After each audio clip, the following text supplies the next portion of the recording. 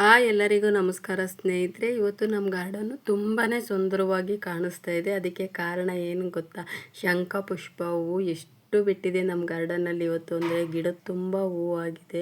Garden ಅಂತೂ ತುಂಬ ಸುಂದರವಾಗಿ ಕಾಣಿಸ್ತಾ ಇದೆ. ಎಷ್ಟು ಸುಂದರವಾಗಿ ಕಾಣಿಸ್ತಾ ಇದೆ ಅಂದರೆ ನೀವೇ ನೋಡ್ತಾ ಇರ್ಬೋದು ಗಾರ್ಡನ್ನಲ್ಲಿ ಎಷ್ಟು ಚೆನ್ನಾಗಿ ಹೂವು ಬಂದಿದೆ ಅಂತ. ನಮ್ಮ ಗಾರ್ಡನ್ನಲ್ಲಿ 2 ಗಿಡ ಇದೆ.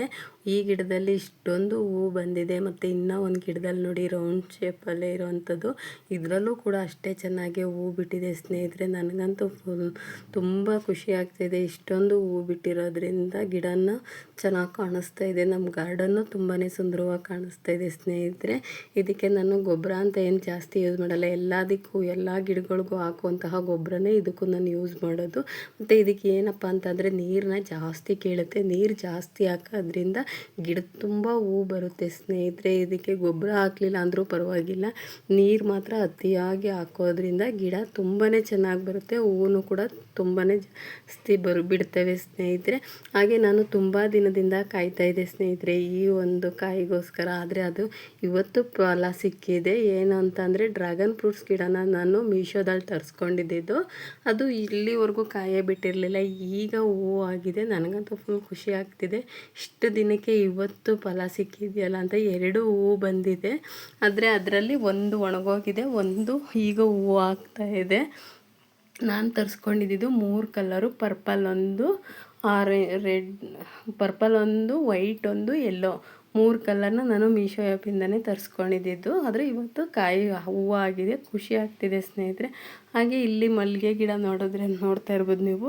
ಇದು ಸೆಕೆಂಡ್ ರೌಂಡ್ ಬಿಡ್ತಾ ಇರುವಂತಹ ಹೂವು. ಫಸ್ಟು ಒಂದು ರೌಂಡ್ ಬಿಟ್ಟು ಆಗೋಗಿದೆ, ಮತ್ತು ಇನ್ನೊಂದು ಸಲ ಸ್ಟಾರ್ಟ್ ಆಗ್ತಾಯಿದೆ. ಈಗ ಮಲ್ಲಿಗೆ ಹೂವು ಸ್ಟಾರ್ಟ್ ಆಗ್ತಾಯಿದೆ. ಮತ್ತು ಗಿಡ ನೋಡಿ ಎಷ್ಟು ಚೆನ್ನಾಗಿ ಚಿಗುರೊಡೆದು ಈಗ ಹೂವು ಮತ್ತೆ ಸ್ಟಾರ್ಟ್ ಆಗ್ತಾಯಿದೆ. ಗಿಡದಲ್ಲೆಲ್ಲ ಹೂವುಗಳು ಇವಾಗ ಚೆನ್ನಾಗಿ ಬರ್ತಾ ಇದ್ದಾವೆ ಸ್ನೇಹಿತರೆ, ಮಳೆ ಹೂವು ಬಂದಿರೋದ್ರಿಂದ.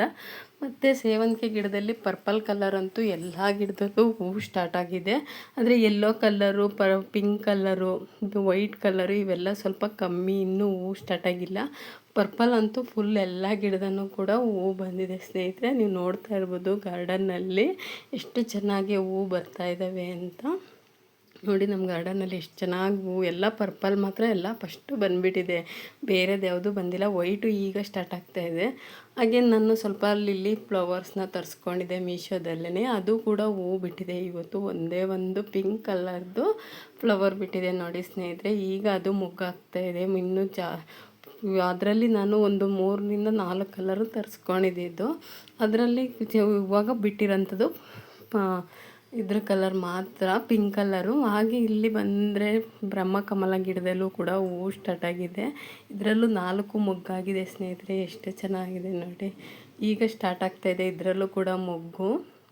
ಈ ಎಲ್ಲವೂ ಸೀಸನ್ ಈಗ ಮಳೆ ಬಂದು ಹೋಗಿರೋದ್ರಿಂದ ಗಿಡಗಳಿಗಂತೂ ತುಂಬಾ ಖುಷಿ ಆಗ್ತಿದೆ. ಅಷ್ಟು ಚೆನ್ನಾಗಿ ಗಿಡಗಳು ಚೆನ್ನಾಗಿ ಕಾಣಿಸ್ತಾ ಇದ್ದಾವೆ.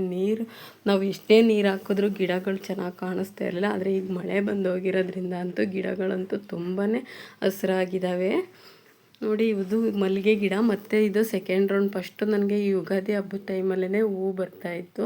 ನಾನು ಆವಾಗಲೇ ಹಾರ್ವೆಸ್ಟ್ ಮಾಡ್ಕೊಳ್ತಾಯಿದ್ದೆ. ಮತ್ತು ಇನ್ನೊಂದು ಟ್ರಿಪ್ ಮಳೆ ಬಂದು ಹೋಗಿರೋದ್ರಿಂದ ಮತ್ತೆ ಇನ್ನೊಂದು ಸಲ ಗಿಡ ಚಿಗುರೊಡೆದು ಇವಾಗ ಮತ್ತೆ ಹೂವು ಸ್ಟಾರ್ಟ್ ಆಗಿದೆ.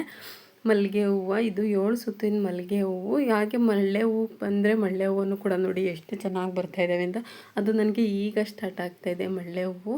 ಪ್ರತಿ ಸಲ ಬೇಗನೆ ಸ್ಟಾರ್ಟ್ ಆಗ್ತಾಯಿತ್ತು. ಆದರೆ ನಾನು ಲಾಸ್ಟ್ ಇಯರ್ ಹೂವು ಜಾಸ್ತಿ ಆಗಿತ್ತು ಅಂದ್ಬಿಟ್ಟು ಕಟ್ ಮಾಡಿಬಿಟ್ಟಿದೆ ಗಿಡನ. ಹೂವು ಬಿಟ್ಟಾದಮೇಲೆ ಗಿಡ ತುಂಬ ದೊಡ್ಡ ಸೈಜ್ ಆಗಿಬಿಟ್ಟಿತ್ತು. ಹೂವು ಬಿಡ್ಸೋಕ್ಕೆ ಎಡಕ್ತಾನೆ ಇರಲಿಲ್ಲ, ಅಷ್ಟು ದೊಡ್ಡದಾಗಿಬಿಟ್ಟಿತ್ತು ಅಂದ್ಬಿಟ್ಟು ಕಟ್ ಮಾಡಿದೆ. ಮತ್ತು ಇವಾಗ ಚಿಗುರೊಡೆದು ಈ ರೀತಿ ಬೆಳೆದಿದೆ ಸ್ನೇಹಿತರೆ. ಅದಕ್ಕೆ ಸ್ವಲ್ಪ ಹೂವು ಬರೋದು ಲೇಟ್ ಆಯಿತು.